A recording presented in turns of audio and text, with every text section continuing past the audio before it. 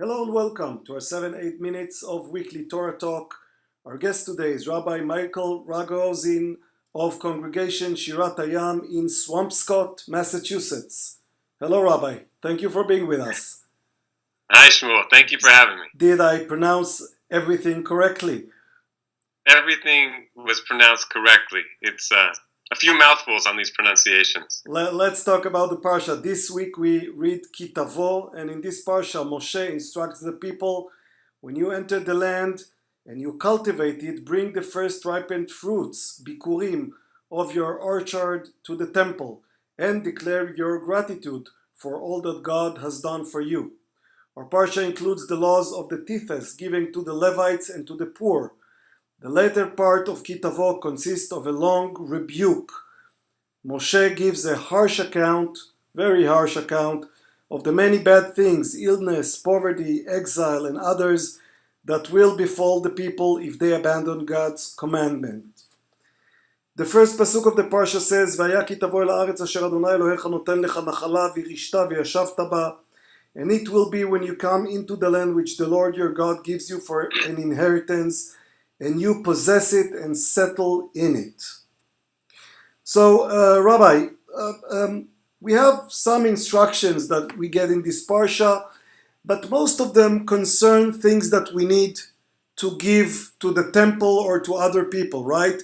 It's things that we seem to possess, but eventually we have to give away. Yeah. It's I mean, you phrased it very nicely. That the things that are in our possession, it's a temporal holding. That it's not a permanent holding. These things that we've in our possession, because we're obligated, as you said, to give it either to the priests or to the Levites or to other destitute people. And so we can begin to have a deeper understanding of what it means to be a human being and to receive or to experiencing the blessings of prosperity. And in ancient times, the blessing of prosperity was expressed through agricultural produce, that which will sustain you, keep you alive and your family and your community, and give you as a human being, the opportunity to help do that for other human beings. Right, and we bring some fruit to the temple, and we have to give some to the Levites, and we have to give to the poor. So how do we connect all of these groups that we need, or groups or institutions to which we need to give? Well, I think that for me, if we just look at them initially, maybe look at them separately, I think that the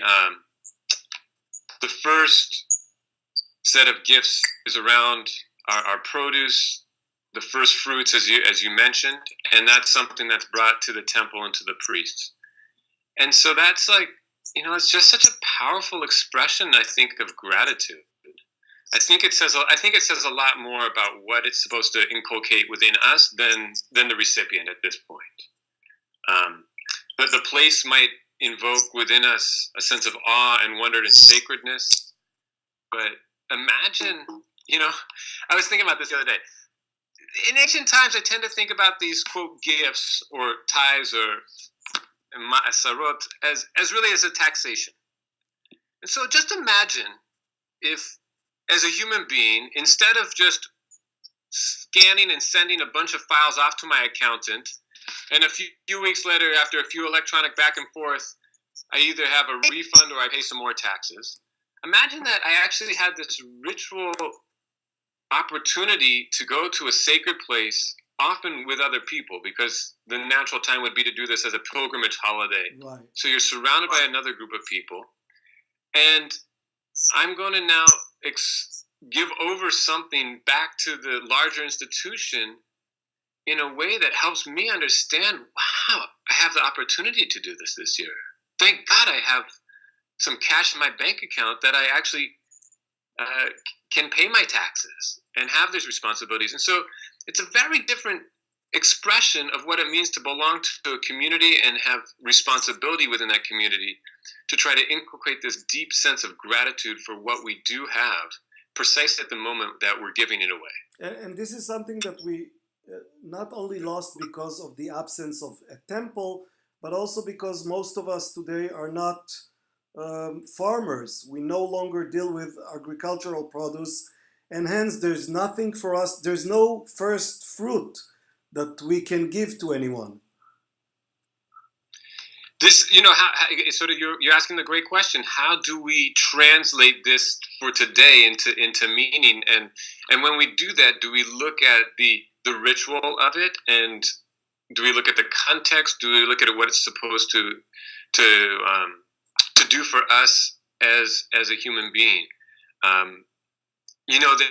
There is a sense around tzedakah of doing an accounting of what we have, and perhaps involving the kids and the family or others in some decision making, and a sense, going back to how you opened, that the potential for us as human beings to be a vessel for blessing that comes down, who then have a responsibility to distribute that blessing into our communities and into our world.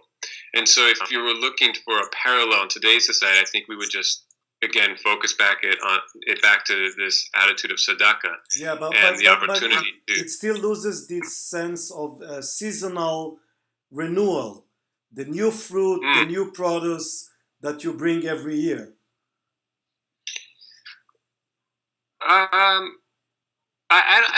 I'm not sure you would lose the newness every time. Each year that we are in the position to make those contributions deserves a sense of awareness of the moment, because it could have been otherwise. I mean, unfortunately, we know other human beings in our lives who may lose a job.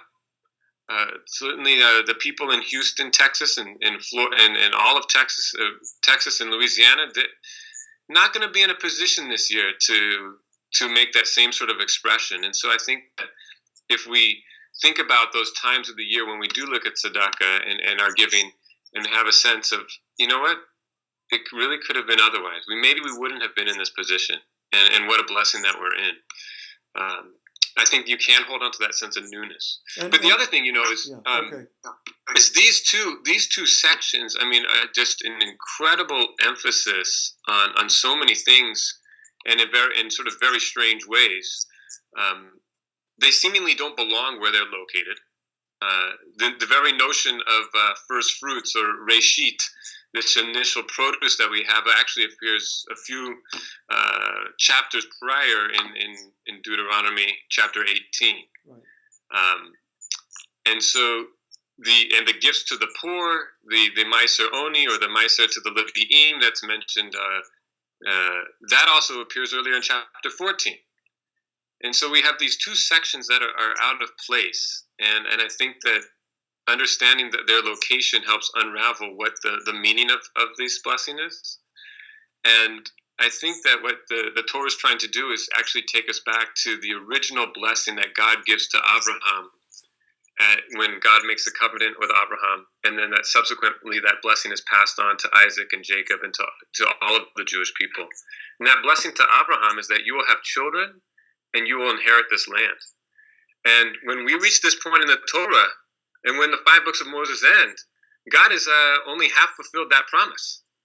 There's a lot of Jews, a lot of Israelites at this point, but there's not a lot of land for them to enter into. Right. And so that these two mitzvot, these two opportunities or obligations, are so deeply connected to the land in anticipation of that fulfillment of the promise to Abraham.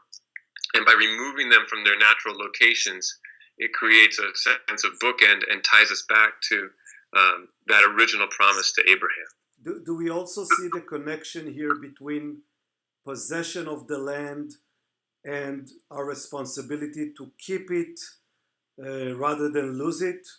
It's a reminder that we don't really possess anything if we don't make sure to be worthy of it.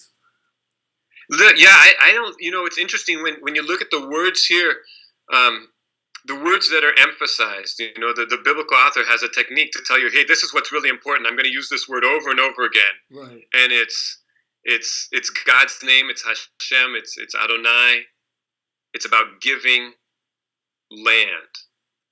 And that sense of the gift of land, I think, is much less about possession. Today, when we use possession, we think about how much money do I have in my bank account, my 401k, my home, my objects. I think the sense that is here is this land is not about your sense of possession, but is about a sense of place for your national destiny to unfold. And it's very different to think about a possession as allowing me to realize myself not just as an individual, but as a community, than to think about possessions as tools to make me happy in the moment, or to uplift my ego, or to make me smile because I've got a high-def TV to watch the game on. This is about a land that, for us to be a people, to enter into relationship with God and with each other. Well, some game, I'm sure, is about to begin, so we will end here. Thank you so much, Rabbi, and Shabbat Shalom. Shabbat Shalom.